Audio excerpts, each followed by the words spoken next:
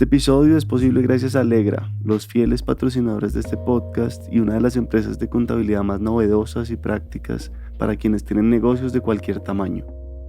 Por eso, si quieres automatizar tus procesos, diseñar estrategias que impulsen tu negocio y facturar electrónicamente para estar siempre al día con la DIAN, mejor hazlo con Alegra. Alegra ofrece todo lo que necesitas para gestionar tu negocio de forma sencilla, eficiente y automática, incluyendo herramientas de inteligencia artificial. Súmate a la nueva era de la contabilidad con Alegra. Ingresa a es.alegra.com/eltopo o al link que está en la descripción del episodio y obtén 20% de descuento. Tu contabilidad inteligente, más fácil y eficiente comienza aquí. Mejor con Alegra.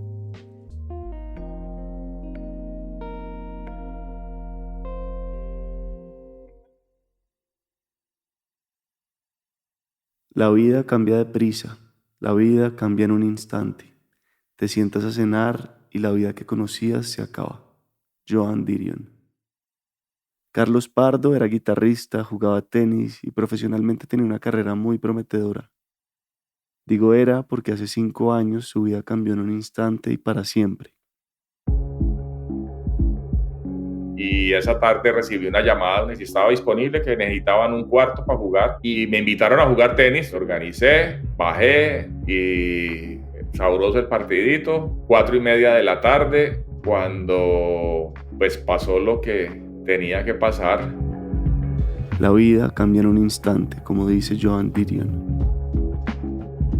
En un principio pues no entendía la gravedad de la lesión. Cuando trato de medio reincorporarme un poco, el cuerpo no me responde. Entonces pensé de pronto que podría ser que me haya dislocado el brazo. Uno piensa cualquier tipo de golpes, menos obviamente lo que en realidad pasó.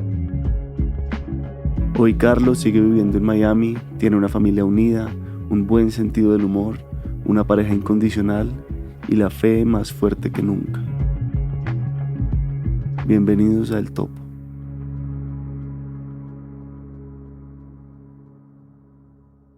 Bueno, Carlitos, gracias otra vez por estar acá, por haberme contactado. Leí tu libro que se llama El juego continúa, fortalece tu fe cuando la vida te cambia las reglas. Y bueno, ya sabes un poquito cómo es el topo, entonces pues, la idea es que nos cuentes acá tu historia de vida, los momentos importantes, transformadores, las grandes lecciones que te ha traído la vida y bueno, por ahí tengo algunas preguntas que te iré haciendo sobre la marcha, pero nada, te dejo arrancar desde donde quieras, explicando un poquito quién eres. Bueno, no, Topo, muchas gracias por la invitación y por aceptar esta entrevista. La verdad que esto del podcast me ha parecido como un mundo fascinante, como una nueva etapa, ¿no? Es como una nueva faceta del periodismo, de cómo cambia los live, cómo fueron cambiando toda esa y a convertirse ahora en lo que es ahora todo el mundo es con los podcasts. ¿Qué te puedo contar? Un inmigrante, como muchos, hace muchos años, llevo 37 años viviendo acá en los Estados Unidos. En vísperas de terminar mi carrera de ingeniería mecánica en Cali, mis padres me propusieron, aprovechando que una hermana vivía acá en Miami, que viniera pues a pasar un tiempo a estudiar algo de inglés, de pronto hacer una especialización. Pues acepté, sin pensarlo 2 veces, acepté la idea y me vine inmediatamente terminando el último final, empaqué maleta y me vine. Ujú. ¿A qué edad? Es esa maleta llena de eso, ¿no? De ilusiones, de ganas de aprender algo nuevo, de vivir nuevas experiencias. Esa maleta con la que muchos salen del país buscando nuevos horizontes, buscando nuevas expectativas de vida, algo nuevo que crear, que inventar. Y la verdad lo estaba logrando, ¿no? Lo logré. Estudié nuevamente otra carrera de cero. Estudié administración de empresas, hice una especialización en gerencia de proyectos y profesionalmente, laboralmente, todo iba muy bien hasta los días víspera cuando empezó a salir lo del tema de la pandemia. Ujú. Y antes de eso, así rápidamente, tu vida en la infancia, la familia, todos esos años, todo muy bien, digamos, en el libro me da la impresión de que pues tenías una vida como ejemplar, deseable, todo tranquilo, familia bien, trabajo bien, talentoso, deportista, músico. Cuéntame un poquito de eso, o si hubo desde antes como cosas duras que no mencionaste ahí. No, la verdad que sí era una familia pues muy tradicional, católicos, muy entregados, mi familia, a Dios gracias, muy entregados todos, o sea, los padres a sus hijos, los hijos a sus padres, a sus abuelos, a mis tías, mis tíos, las primas, todos. Una familia muy, muy, muy bonita. Hasta el son de hoy somos una familia muy cercana, todos.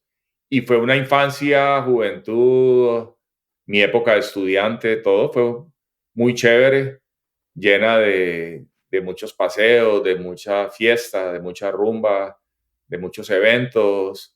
En todo lo que podía participaba, en todo lo que había me inscribía y obviamente tener una guitarra bajo el brazo, pues como que ayudaba, ¿no?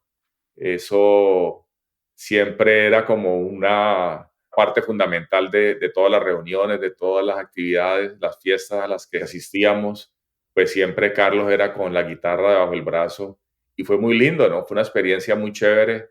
Presté servicio militar, luego de que terminé el bachillerato, también fue un año lleno de experiencias de todo, ¿no? Altos y bajos, agradables, desagradables, como todo. Pero en realidad sí fue una etapa de mi vida muy chévere. Tuvimos la fortuna de vivir en un ingenio azucarero en las afueras de Palmira y era una vida muy campestre, una vida muy sana, una vida muy tranquila, rodeados del verdor, pues de los cultivos de caña, muy familiar, pues porque eran muy pocas familias en un área pues, relativamente pequeña. Entonces éramos muy unidos, muy amigos, todos de todos y muy sano, ¿no? Porque como era retirado del bullicio de la ciudad y la tranquilidad que ofrece el campo, entonces en eso también influyó yo creo que a llevar una vida relativamente tranquila y sin nada de Ujú. tropiezos. Y así fue como se dio mi partida, ¿no? Después de que termino los estudios, llego a Miami un 4 de enero del 89, recuerdo perfectamente. Eh, y ahí empieza como esa búsqueda a encontrar, a buscar la forma de salir adelante y de al mismo tiempo como no defraudar a los viejos, ¿no? De no defraudar a mis padres. Y desafortunadamente mi papá muere al poco tiempo de estar yo acá y eso como que cambia absolutamente todo, le da un giro diferente a lo que yo aspiraba, porque en realidad la idea después de estudiar era irme a trabajar al ingenio como hijo de un empleado de muchos años, pues uno asumía que iba a tener un puesto ahí en el ingenio y al morir mi papá, pues mi mamá decide, ya no hay vínculos ni nada en el ingenio, ni más faltaba, pues decide regresar a Bogotá, acercarse a donde mis hermanos, acercarse a sus hermanas, a mis tías, a su familia. Y ya eso me cambia a mí completamente todo el panorama, ¿no? Entonces me voy quedando, me voy quedando, me voy quedando, se me van abriendo oportunidades laborales diferentes, me caso, tengo mis hijos y ya ahí ya como que va uno haciendo su vida y va ya como que haciendo esa base y eso fue lo que pasó, ¿no? Me fui quedando y ahí es donde decido partir de cero y volver a hacer otra carrera que me hacía como falta complementar lo que ya traía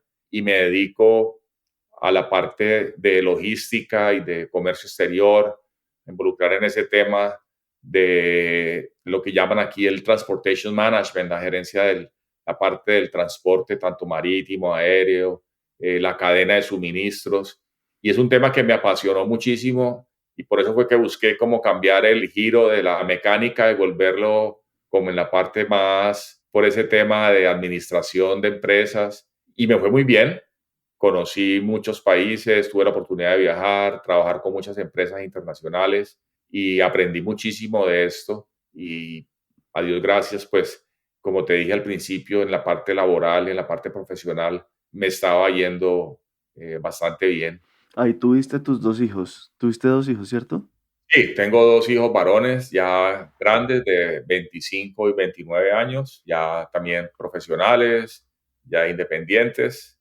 Y hace cerca de 20 años me reencontré con una amiga de Palmira, ya divorciados, y la verdad que fue, yo creo que ha sido lo mejor que me pudo haber pasado, reencontrarme con Adriana, que es actualmente mi esposa porque fue un grado de, no solamente el grado de amistad que hubo al instante, sino como esa camaradería, el tener básicamente pues, los mismos conocidos, los mismos amigos, la misma gente que nos rodeaba en Palmira en cierto momento, la misma gente en común. Nuestros padres fueron muy amigos en su época. Mi hermana, compañera de colegio de su hermana.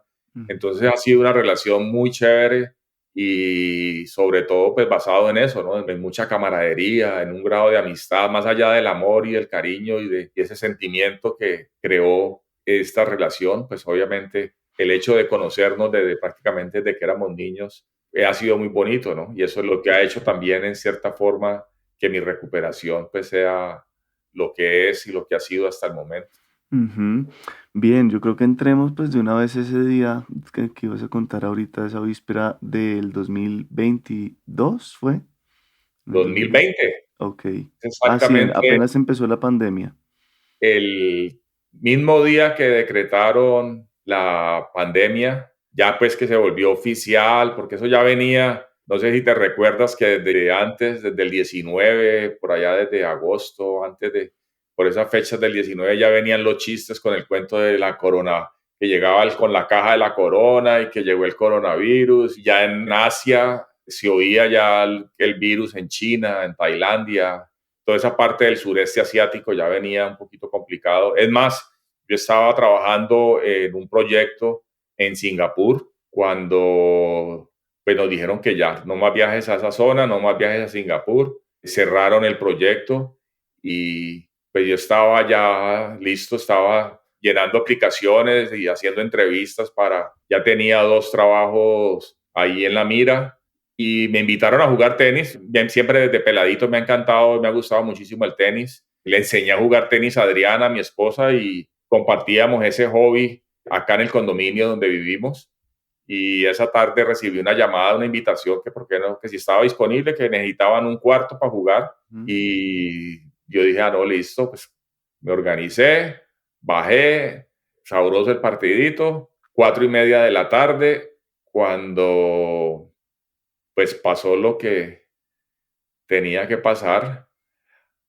Adriana dice que son males que uno busca, que son sucesos que uno por A, B motivo, uno los encuentra. Yo en cierta forma digo que fue una zancadillita que me metió mi Dios, pero pues sufrí una caída inexplicable. Golpeo mi cabeza contra uno de esos tubos de hierro que hay en los costados de las canchas de tenis, que son unos tubos que hay como cada 2 metros. Como para Esos, separar las canchas. sí, están esas mallas verdes que separan las canchas. Cada 2 metros hay como unas barras ahí de hierro. Y con tan mala fortuna que golpeo la cabeza y la nuca me hace un crack y quedé tendido. En un principio, pues no entendía la gravedad de la lesión. Cuando trato de medio reincorporarme un poco, el cuerpo no me responde. Y ahí es donde pues, le digo a la gente que no me toquen y que por favor llamen al servicio de emergencia, ¿no? Y ahí Eh, estabas que en shock, tranquilo, alterado. no, yo creo que estaba como tranquilo. Yo dije, pues esto es una caída, pero pues como precavido o algo, yo dije, pues, es mejor que no me toquen y que no me muevan de pronto para no agravar la fractura de la pierna o la fractura del hombro, porque yo quedé con el hombro por acá muy metido. Entonces pensé de pronto que podría ser que me haya dislocado el brazo. Uno piensa cualquier tipo de golpes, menos obviamente lo que en realidad pasó. Mm. Sí me mordí un dedo, recuerdo mucho, y no sentí dolor. Pero podías mover el brazo. No, no, yo quedé con el brazo debajo, como si estuviera acostado, recostado sobre el brazo, con mi pecho, el estómago, la cumbamba, nariz, frente, todo untado de arena, y yo deslicé como los beisbolistas. Hazte cuenta cuando se roban las bases que se tiran en plancha, así me deslicé yo, con tan mala fortuna, pues que no había una almohadilla, sino que era un tubo de esos. Y bueno, el cocotazo fue campeón. Entonces me quedo quieto y llaman a emergencia. Desde la cocina del apartamento se ve la cancha y justo unos minutos antes Adriana inclusive me había saludado y no sé si fue intuición o qué. Ella volvió a asomarse y ya vio pues el grupito de los otros 3 jugadores ahí alrededor mío y como que algo pasó y en esa le entra la llamada, ¿no? Donde dicen que era mejor que bajara, que yo me había caído. Ya venía el rescue, ya venía pues la ambulancia y ahí es donde pues, nos damos cuenta de que la cosa es un poco más grave de lo que pensábamos. Te llevan en helicóptero. Fui aerotransportado. Ujú. Afortunadamente, el tiempo yo creo que jugó una parte fundamental en todo esto, ¿no? Que el tiempo récord en que llegó la ambulancia, el tiempo en que fui aerotransportado al Trauma Center del Hospital Jackson, acá en Miami, con tan buena fortuna de que uno de los mejores neurocirujanos estaba de turno ese día y la rapidez en la que entré a cirugía. Pero todo fue un éxito, afortunadamente, la cirugía, todo. El problema viene cuando me despierto y nos enteramos de la mala noticia, ¿no? ¿Eso es cuánto tiempo después y te dan ahí el diagnóstico de una o cómo fue? No me dan el diagnóstico, la verdad, lo vine a oír prácticamente como 2 días después, pero sí ya el médico habló con mi esposa, habló con mi hermana, que estuvo también ahí presente todo ese rato. Le hicimos una llamada a un primo que es también cirujano en Bogotá y pues por ahí se fue filtrando como de a poquitos el término de cuadraplegia. Mm. Sufrí una lesión severa en la altura de las vértebras C4 y C5, son las cervicales, lo que causaron que todo el flujo de energía paralizara completamente el organismo de la altura de los hombros hacia abajo y ocasiona lo que se llama tetraplegia o cuadraplegia. Ujú. Y ahí es donde me entero, pues, ya así el médico nos dice, pues, que me prepare, que va a ser un proceso muy, muy demorado para el resto de mi vida, que mis días pues van a estar prácticamente destinados a una silla eléctrica, a una silla de estas de motor y que pues nos vayamos adaptando. Paso 18 días en cuidados intensivos con el tema pues de respiradores, sin poderme mover y como adaptando el organismo nuevamente. Los cambios de presión son bastante duros. Después paso un mes en el centro de rehabilitación. Y ahí en el centro de rehabilitación es donde como que en verdad uno empieza ya como a entender un poco más la magnitud de la lesión, ¿no? Ujú.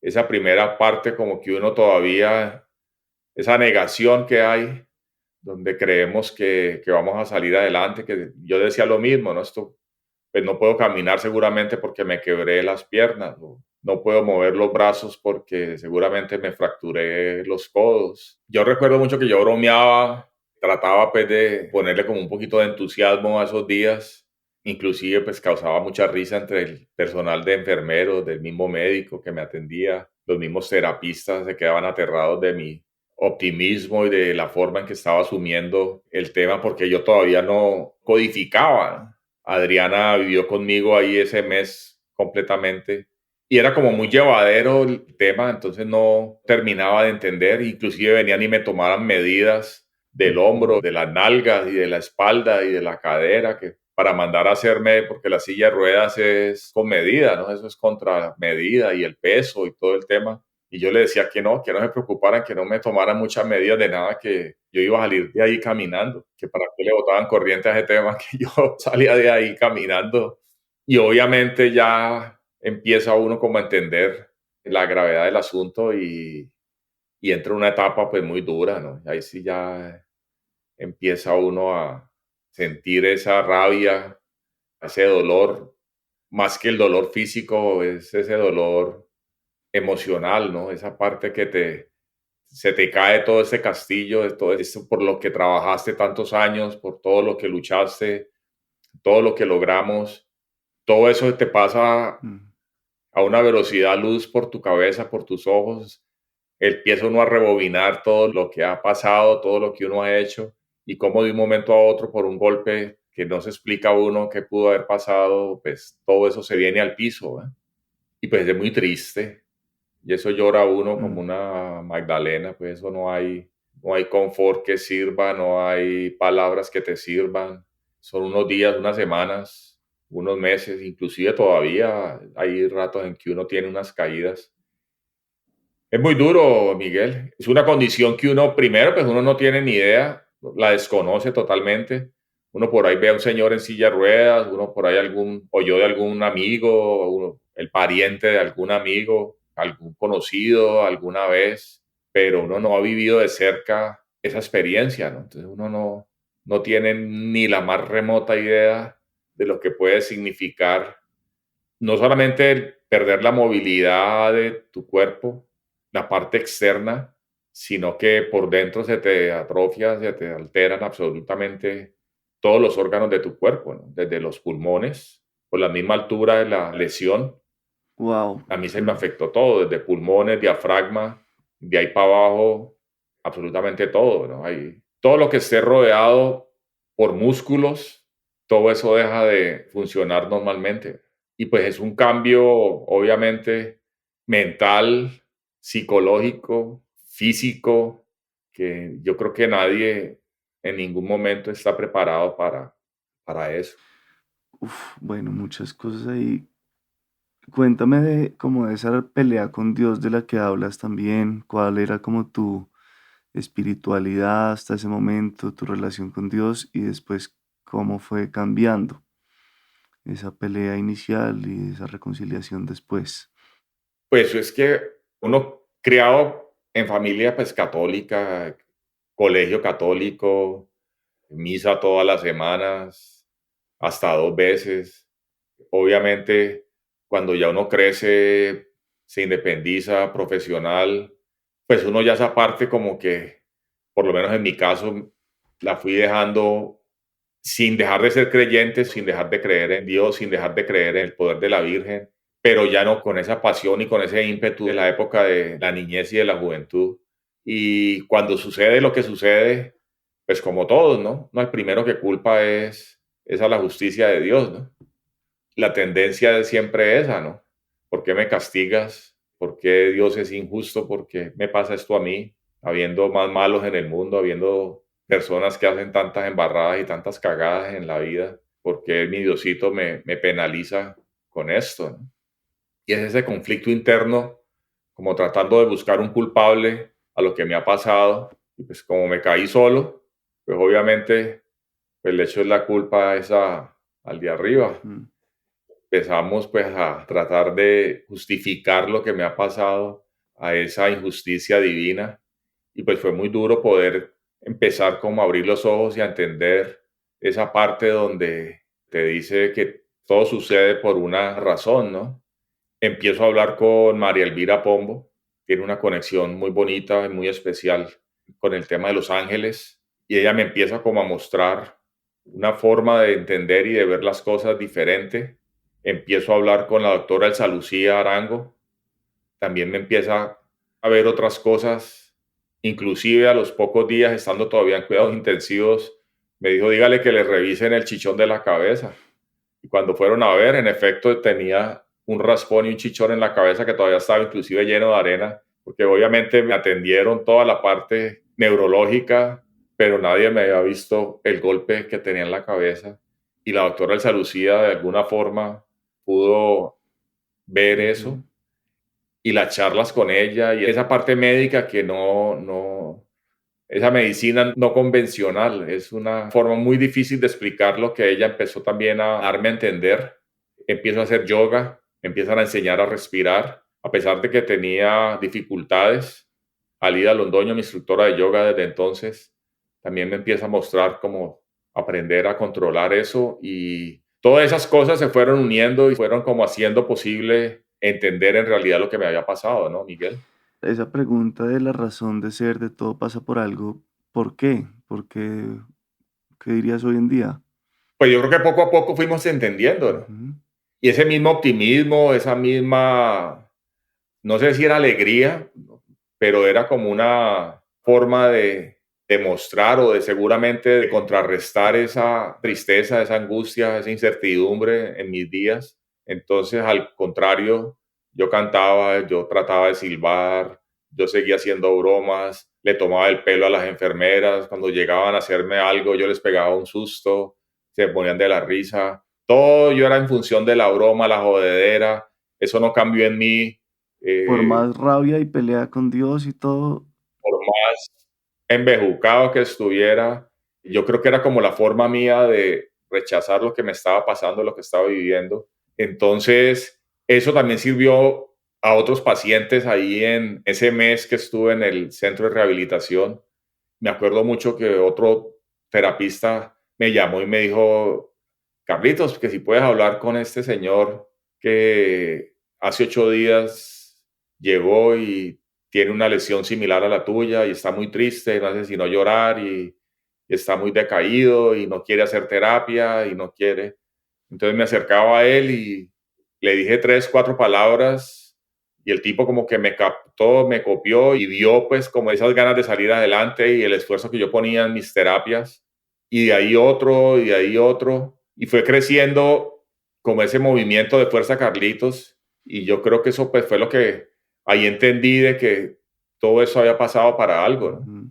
Mucha gente se fue identificando no solamente ya en cuadros de parapléjicos y cuadraplégicos, sino personas con otro tipo de complicaciones. Estábamos en medio de la pandemia, entonces todo el mundo se quejaba. Era la época en que, ay, aquí, mijito, jodido, pero ¿qué le vamos a hacer? Todo el mundo, ¿y cómo está? No, aquí, mijito, encerrados, porque pues como no podemos salir. Y yo por dentro decía, puta, la gente está quedando por Mm. maricada. Y yo jodido, postrado en una silla de ruedas sin poder ni siquiera mover un dedo y la gente quejándose de unas estupideces y yo decía la verdad que tienen huevo. Entonces empecé como a luchar contra eso y me inventé un programa que se llamaba Balconing con Carlitos. Entonces invité amigos que tenían en ese momento, personas que en ese momento tenían algún emprendimiento. Era la época famosa del reinventarse. Ujú. ¿Te acuerdas que todo el mundo, no, es que en estos días toca reinventarse? Y no, es que con la pandemia tocó reinventarse y todo el mundo andaba reinventando. Ujú. Yo inventé el programa de Balcony con Carlitos y nos sentábamos en el balcón a hablar del emprendimiento, de qué estabas haciendo. Entonces, en Río Revuelto, ganancia de pescadores. Entonces hubo gente que empezó a hacer cosas diferentes durante esos meses de pandemia y daba como una proyección de optimismo, de ganas de salir adelante, de ganas de hacer las cosas bien. Y eso lo proyecté y fue creciendo, fue creciendo, fue creciendo. Esa ola de Fuerza Carlitos fue... Y ahí todo eso yo creo que me autoalimentaba, me retroalimentaba de ese sentimiento y empecé a entender mucho más de que mi accidente había pasado para algo. Mm. Y eso me ayudó a sanar, obviamente, primero pues hacer las paces con Diosito y decirle ya como que ya la vi clara, muy duro, huepucha, pero ya la estoy viendo clara y así ha sido, ¿no? Hola, interrumpo un minuto para darles buenas noticias. En la no ficción, la casa productora del Topo, Elemental, Un periódico de ayer, Qué locura, Meterse al rancho, DMG, El sueño de la hormiga, entre varios podcasts más, tenemos nuevos lanzamientos otra vez. El primero es La Toma, una serie que narra el asalto a la Embajada de República Dominicana por parte del M-19, en el que más de una docena de guerrilleros tomaron como rehenes a algunos de los diplomáticos más importantes del país durante más de 60 días. Ya están al aire los 9 episodios que componen esta joya investigativa. Les cuento también que el miércoles 5 de marzo lanzaremos Par de Huevas, un podcast de Julián Arango y Antonio Sanín, conversando, jodiendo, imitando, en un formato nuevo que se sale de todos los moldes de lo que hemos hecho acá hasta ahora. Les prometo que va a estar bueno. El 5 de marzo el primer episodio. Estén muy pendientes. Y finalmente vuelve Dosis, otro podcast original de esta casa sobre adicciones, drogas y los usos de estas como remedios y venenos. Volveremos con un par de episodios este 13 de marzo. Todos los links los encuentran en la descripción del episodio. Volvemos con la entrevista a Carlitos. ¿Y cuánto duró esa etapa así de crisis total, de negación, de rabia? Y ahí no pensaste nunca en, no sé si lo mencionas en el libro, creo que sí, rápidamente, como en que es mejor no estar. Pues no quiero decir mentiras, es una condición muy, muy, muy, muy difícil, muy complicada, muy costosa. Ahí no hay colchón, no hay ahorros, no hay fondos, no hay ahorros para el retiro, no hay nada que valga para una condición como esta. Y si uno dice, pues la verdad, no tiene sentido seguir viviendo así. No quiero ser una carga para nadie, no quiero ser un estorbo, postrado en una silla de ruedas, donde me tienen que levantar de la cama con una grúa, donde para pasar a bañarme tiene que ser con la grúa, donde se pierde absolutamente todo. Pierdes movilidad, pierdes independencia, pierdes absolutamente todo. No puedo comer solo, no puedo, nada, nada, nada, nada, nada, nada, nada. Entonces, ahí es donde uno considera si de verdad pues vale la pena seguir viviendo en una condición de cuadraplegia, ¿no? A veces suena cruel, un poco fuera de, pero uno compara esto con otras enfermedades, con otras condiciones. Está el para y está el cuad, ¿no? Ujú. El parapléjico son accidentes que sufren en las vértebras de la T, o sea, en el torso, y pierden la movilidad de las cinturas hacia abajo. Eso es para hacer un poco la aclaración, que mucha gente como yo no tenemos ni idea ni cuál era la diferencia ni qué era lo que pasa. Un señor en silla de ruedas es un señor en silla de ruedas o una niña en silla de ruedas. El parapléjico pierde la movilidad de la cintura hacia abajo y tiene, a Dios gracias, pues 100% de funcionabilidad en sus brazos, en sus dedos, en sus manos. Y obviamente tú los ves empujando esas sillas de ruedas en pura berraca.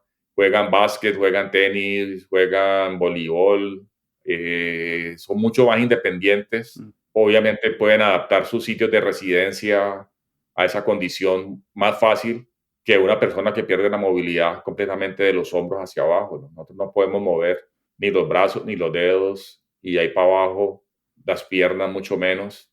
Es un poquito, una condición un poco más compleja y más complicada que muchas otras, ¿no?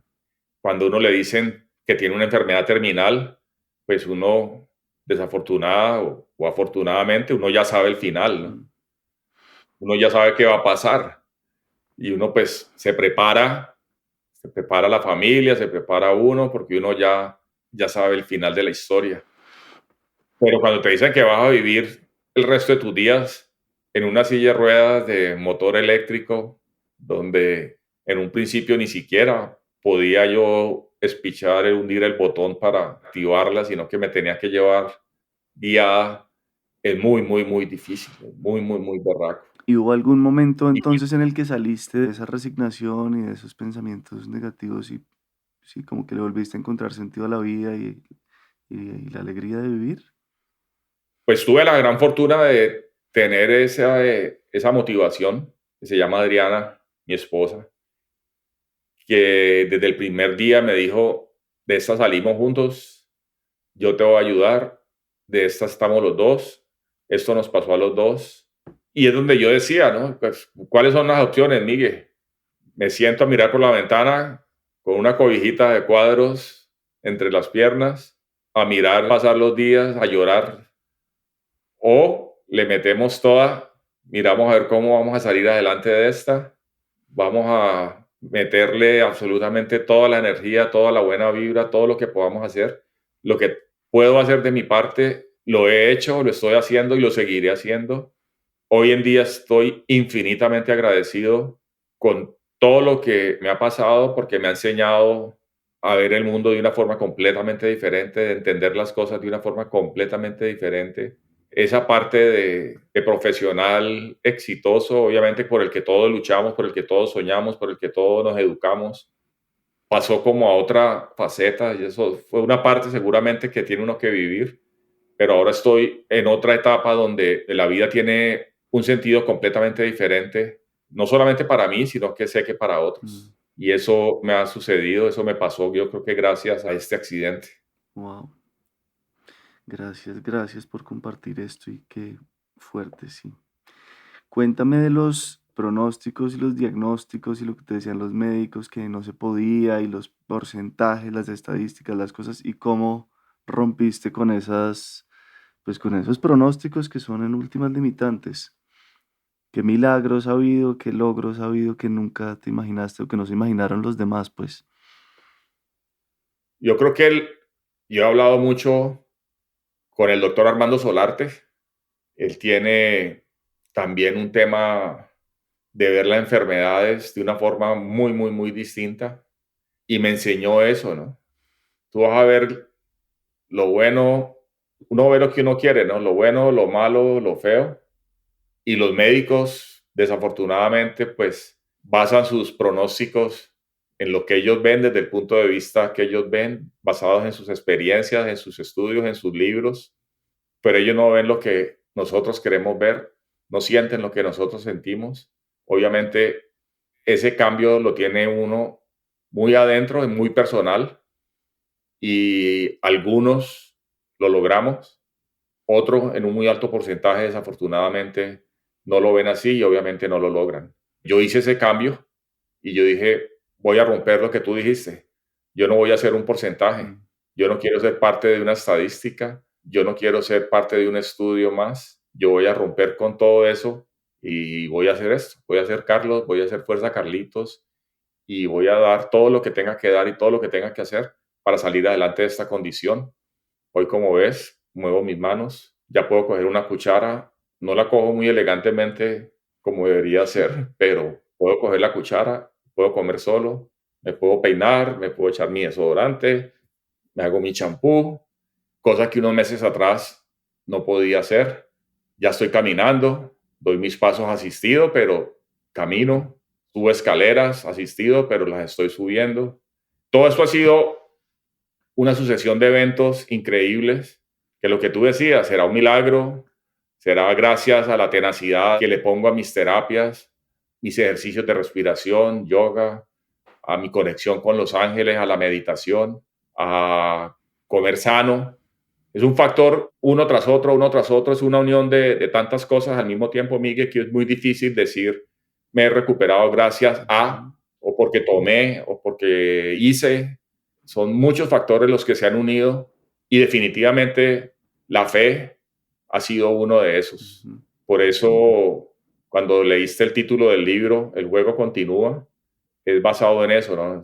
Esa mezcla entre lo que me sucedió participando en un juego y al mismo tiempo esa comparación con tu vida, ¿no? Ese juego que es vivir, ese juego que es ser parte de todo esto y que nos puede llevar a muchísimos cambios. Y por eso, pase lo que pase, independientemente de lo que suceda o de cómo nos salgan las cosas en nuestra vida, pues sencillamente el juego continúa y por sobre todo fortalece la fe. Así te cambien lo que sea, te cambien las reglas, te pase lo que te pase en esa búsqueda, fortalecer la fe siempre nos va a ayudar para salir adelante, para salir fortalecidos, para salir triunfantes. Así es. Y en medio de todo eso, pues salió el libro, trayendo a la memoria, trayendo a refrescar todas esas cosas, pues viene el libro donde muchos amigos, Adriana, me decían, tenés que empezar a escribir, pues no podía escribir, todavía me cuesta mucho trabajo la motricidad fina, pero sí empezar a ver cómo dejamos plasmado esta experiencia de alguna forma. Entonces me empecé a encerrar y a hacer mis grabaciones y ahí surge la idea del libro para empezar a, más que la parte física, porque no es tanto el tema del berraco de Carlitos que pudo mover las manos y pudo pararse y puede caminar y puede hacer muchas cosas, sino más ese giro que le damos al evento, ¿no? Cómo podemos cambiar y cómo podemos darle ese enfoque más allá de lo que nos sucedió, más allá de lo que me pasó y más allá de lo que estoy viviendo o de la recuperación que he podido tener en la parte física. Es como el poder de la mente, como el poder de la buena energía, como el poder de la oración nos puede llevar a lograr cosas increíbles e impensables. Cuenta de eso un poquito, cuáles son las prácticas, cómo fortaleces esa fe ya como en términos prácticos, ¿qué haces? Me volví a poner en manos de Dios y de la Virgen, total. Rezo el rosario todos los días. Mi fe se incrementó muchísimo más. El apoyo de mi familia ha sido increíble. Esa fuerza que me ha rodeado de todos ellos, de amigos, de mi familia.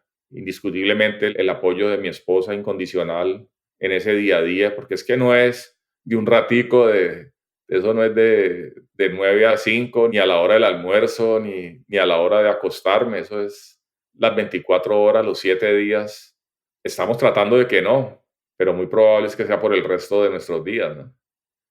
Entonces, sí se necesita una fortaleza mental, espiritual, emocional, muy fuerte para poder enfrentar eso. Yo admiro muchísimo, ¿no? Todos esos grandes motivadores que les faltan los brazos, que les faltan las piernas. Inclusive hay unos que les falta, el australiano este, que le falta todo.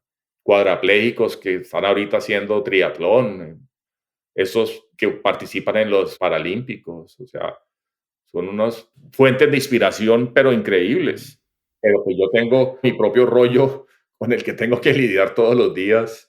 Adriana tiene ese rollo con el que tiene que lidiar todos los días. Entonces, esa conexión es muy importante. Y lo que me preguntaste, sí, ahí es donde encuentra uno esa fuerza para poder salir adelante y para dar la batalla día a día. Y cuéntame de Adriana, háblame de ella. Si le quieres decir algo a ella, ¿qué sería? Yo creo que es de las personas hoy en día que más admiro en todo el sentido de la palabra, como mujer, como novia, como amante, como esposa, como emprendedora. Y ahora no solamente es el tema de mi condición y de estar a mi lado, sino también que ahora ya se posesionó muy bien de su papel con la fundación, ¿no? Tenemos una fundación sin ánimo de lucro, más adelante te hablo un poco de ella, Ujú. pero es una berraca, definitivamente es una berraca, me le quito el sombrero. Esa entrega incondicional a donde vamos, ella va decidida a que todo sea en función de, no solamente ya en función mía, sino pensando en las personas con limitaciones físicas, las peleas que cazaba en el hospital porque se demoraba una enfermera en llegar, las peleas que caza cuando llegamos a un parqueadero y el espacio para los parqueaderos de las personas con limitaciones está ocupado por un señor o por un muchacho que baja corriendo sin ningún problema. Todo eso en función de las personas con limitaciones, ya cómo le cambia esa forma de ver. Obviamente, pues claro, vive esa experiencia conmigo día a día y cómo se ha sensibilizado, cómo ha hecho ese cambio para poder entenderme no solamente a mí, sino poder entender a tantas personas que necesitan de ese apoyo, ¿no? De esa guía, de ese cariño, de esa mano amiga que a Dios gracias, pues la tuve, la tengo y espero seguir teniéndola por muchos años. Qué lindo. Pero Adri ha sido todo, el motor, la gasolina para que Carlos pudiera estar y en la forma en que estoy, pudiera hacer lo que he hecho. De lo contrario, yo creo que otro hubiera sido el destino de Carlitos. Qué bueno, Y se qué ve, ¿no? pena. Mm. Muy frecuente. Tengo varias personas que hemos creado comunidad, que la pareja jaló, como dicen, cuando la pobreza entra por la puerta, el amor sale por la ventana. Mucha pareja de muchos que hemos conocido no aguantaron el taponazo y sencillamente se van. Mm. Adri ha estado a mi lado, yo creo que en todas las jugadas, en todos los momentos. Y es muy lindo, ¿no? Es muy lindo poder contar con una persona que en realidad, pues, no tiene, a final de cuentas, no tendría por qué hacer ese esfuerzo, ese sacrificio tan grande de permanecer al lado de una persona con una condición como esta. Y más sin embargo, con mucha entrega, con mucha dedicación, pero por sobre todo con mucho amor, Qué belleza. permanece al lado mío. Un abrazo para Adriana. Todos. Y bueno, no, para terminar, sí, cuéntame pues de la fundación, si quieres como contar un poquito cómo es un día típico tuyo, en qué estás trabajando, cómo estás viviendo la vida hoy. Pues Miguel, todo eso fue una enseñanza muy bonita. Como te dije, esto ha sido difícil de creerlo y difícil de aceptarlo, pero en medio de todo yo creo que ha sido algo que nos pasó para algo y además de Fuerza Carlitos y toda esa ola que me ha rodeado, además del libro, del juego continúa, que para mí fue también como un proceso de sanación, volver a recordar y traer todas esas experiencias de lo que viví antes, durante y después del accidente. La fundación yo creo que nos ha traído esa alegría, ese regocijo, esa satisfacción de poder ayudar a otras personas que sufren accidentes con daño medular acá en el sur de la Florida, ¿no? Es mucha la gente que desafortunadamente no tiene ese apoyo que he tenido, esa guía que yo tuve, esa mano amiga, ese abrazo, esa cercanía que uno necesita en esos momentos, sobre todo cuando pasa uno del hospital, de los centros de rehabilitación, cuando llegas a tu casa y te dicen, bueno, papito, de aquí en adelante estás solo, porque en los centros de terapia pues estás muy bien atendido, estás muy bien cuidado, tienes enfermera, el médico va periódicamente, tienes terapistas. Cuando a los 15 días, al mes, a los 2 meses, te dicen, bueno, papá, que le vaya bien, esos días es cuando en verdad uno necesita esa mano amiga. Entonces, con la fundación identificamos esas necesidades de la gente, necesidades muy, muy básicas, donde desafortunadamente estas grandes fundaciones pues no llegan, ¿no? Están más enfocados a la parte del estudio, de pruebas ¿Qué hacen para la entonces en la persona. tuya? Nosotros queremos que esto llegue más a la persona y sobre todo a lo que llamamos el caregiver, ¿no? Al cuidador, Ujú. que tanto apoyo y tanta necesidades tienen. El paciente está bien atendido, pero el cuidador, como decimos nosotros, ¿no? ¿Quién cuida al cuidador? Entonces hemos creado 4 pilares de la fundación. Uno es ese, ¿no? Dar la información básica, la guía, los detalles que no te dan a veces los hospitales. Muchos de estos accidentados no tienen el beneficio todavía de los seguros, no tienen por tiempo de residencia, muchos de ellos por documentos no tienen derecho al Medicare ni al Medicaid, a todas esas partes de los seguros del Estado, del gobierno. Entonces están en un limbo y ahí es donde la fundación pues entra en acción. Otro que queremos hacer es, vamos a traer estudiantes extranjeros, estudiantes de terapia física, terapia ocupacional que quieran participar en el programa para que vengan a ayudar, a apoyar al caregiver, ¿no? Al cuidador, para que le den un airecito, un respiro, unas horas a la semana para que este cuidador pues pueda salir a hacer algo de actividades, ¿no? Tenga un tiempo libre para el resto de su familia, para que vaya a una iglesia, para que vaya a hacer un mercado, para que vaya, no sé, a un parque a respirar aire fresco y Ujú. pueda como tener la tranquilidad de que hay alguien que va a estar cerca del paciente por esas horas, ¿no? Entonces tenemos un programa muy bonito, estamos trabajando con universidades en Colombia para atraer estudiantes para que participen en ese proyecto. Para el estudiante, pues es una experiencia súper para el futuro de su carrera profesional poder compartir con una familia, con un paciente con daño medular. Es otro mundo completamente diferente cuando vives esa experiencia. A Dios gracias, yo tuve esa vivencia con una fisioterapeuta que se quedó varada aquí.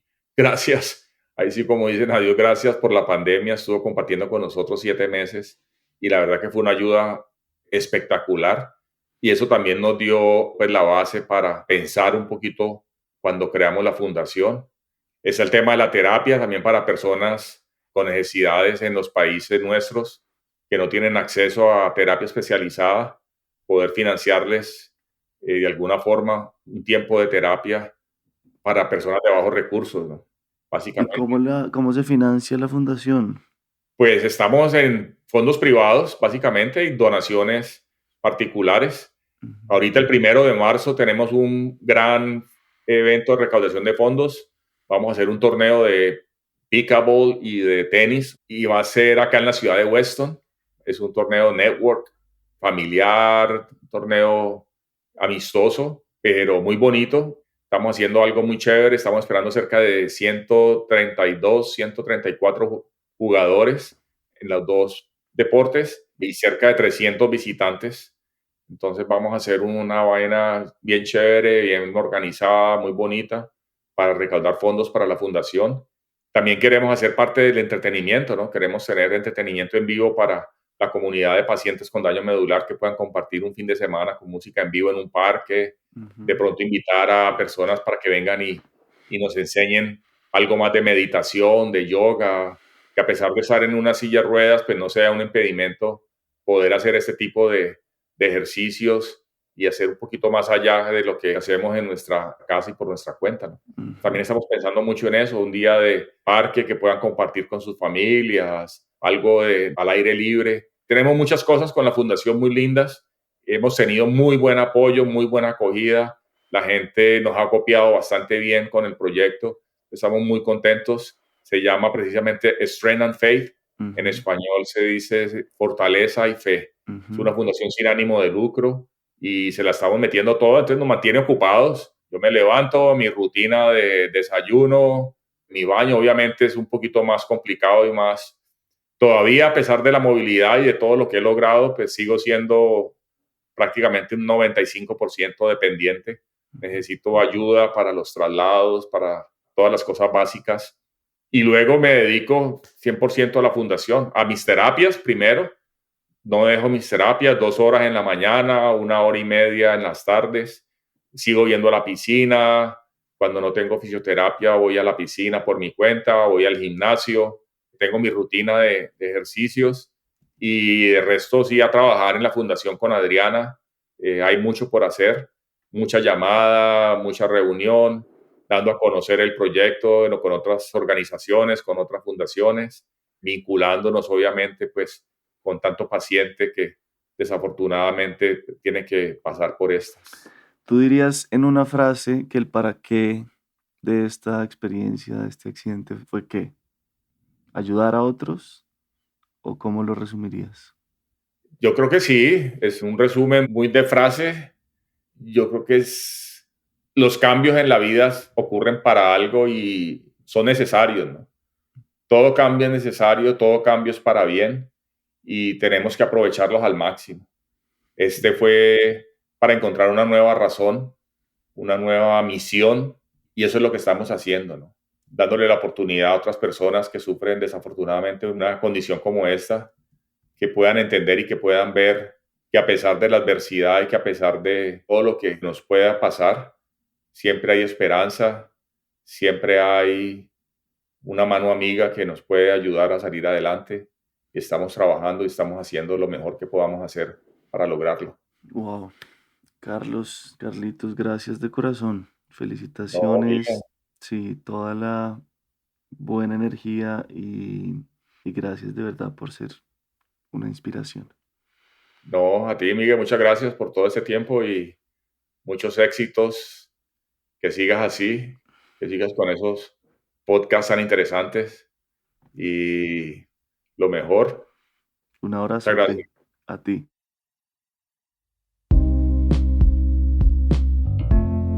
Si algún episodio del Topo les ha resonado, ayudado, servido a ustedes o a alguien cercano, consideren unirse a nuestra comunidad. No solo estarán retribuyendo a nuestro trabajo, sino que harán parte de nuestra comunidad de manera más directa y recibirán algunos beneficios. Pueden unirse con el aporte que puedan y quieran en el link que está en la descripción. Algunos de los oyentes más fieles que ya están ahí son Andrés Ibarra, Gloria Marcela, Brian Andrés Castrillón, Yolanda Anderson y Carolina Montoya. El Topo es una producción de la no ficción. La mezcla y el diseño de sonido de este episodio fue de Pablo Restrepo. La ilustración de la portada es de Isabela Soto Vallejo. El manejo de las redes sociales está a cargo de ella, Shaken Moreno y Gabriela Rivera. Divi Guzmán es la coordinadora financiera y estratégica. Mi nombre es Miguel Reyes. Gracias por llegar hasta acá.